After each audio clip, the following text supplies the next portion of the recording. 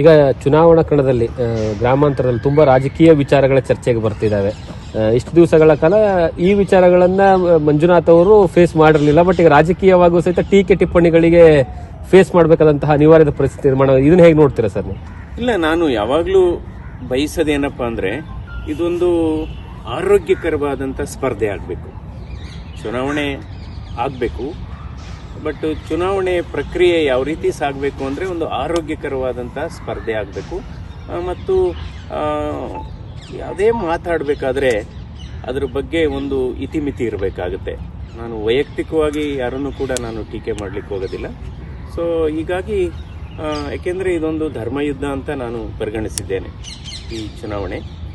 So ಯಾಕೆಂದರೆ ನಾನು ಸುಮಾರು 35 ವರ್ಷಗಳ ದೀರ್ಘಕಾಲ ಹೃದ್ರೋಗ ತಜ್ಞನಾಗಿ ಮತ್ತು ನಿರ್ದೇಶಕನಾಗಿ ಕೆಲಸ ಮಾಡತಕ್ಕಂಥ ಸಂದರ್ಭದಲ್ಲಿ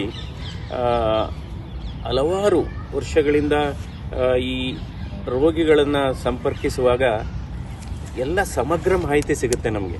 ಅವರ ಸಾಮಾಜಿಕ ಹಿನ್ನೆಲೆ ಸಿಗುತ್ತೆ, ಆರ್ಥಿಕ ಹಿನ್ನೆಲೆ ಸಿಗುತ್ತೆ, ಅಥವಾ ಅವರು ಸ್ಥಳೀಯವಾಗಿ ಏನೇನು ಸಮಸ್ಯೆಗಳನ್ನು ಅವರು ಎದುರಿಸ್ತಾ ಇದ್ದಾರೆ ಇದೆಲ್ಲ ಗೊತ್ತಾಗುತ್ತೆ ನಮಗೆ. ಯಾಕೆಂದರೆ ರೋಗಿಗಳನ್ನ ಚಿಕಿತ್ಸೆ ಕೊಡತಕ್ಕಂಥ ಸಂದರ್ಭದಲ್ಲಿ ಏನು ಅವರು ಊರಲ್ಲಿ ಮಳೆ ಆಗಿದೆಯಾ ಅಥವಾ ಬೆಳೆ ಆಗಿದೆಯಾ, ಬೆಳೆ ಏನಾದ್ರು ಹಾನಿಯಾಗಿದೆಯಾ ಅಥವಾ ಆರ್ಥಿಕ ಪರಿಸ್ಥಿತಿ ಏನು, ಅದೆಲ್ಲ ಹೇಳ್ಕೊತಾರೆ ಡಾಕ್ಟರ್ಗಳ ಹತ್ರ ಅವರು.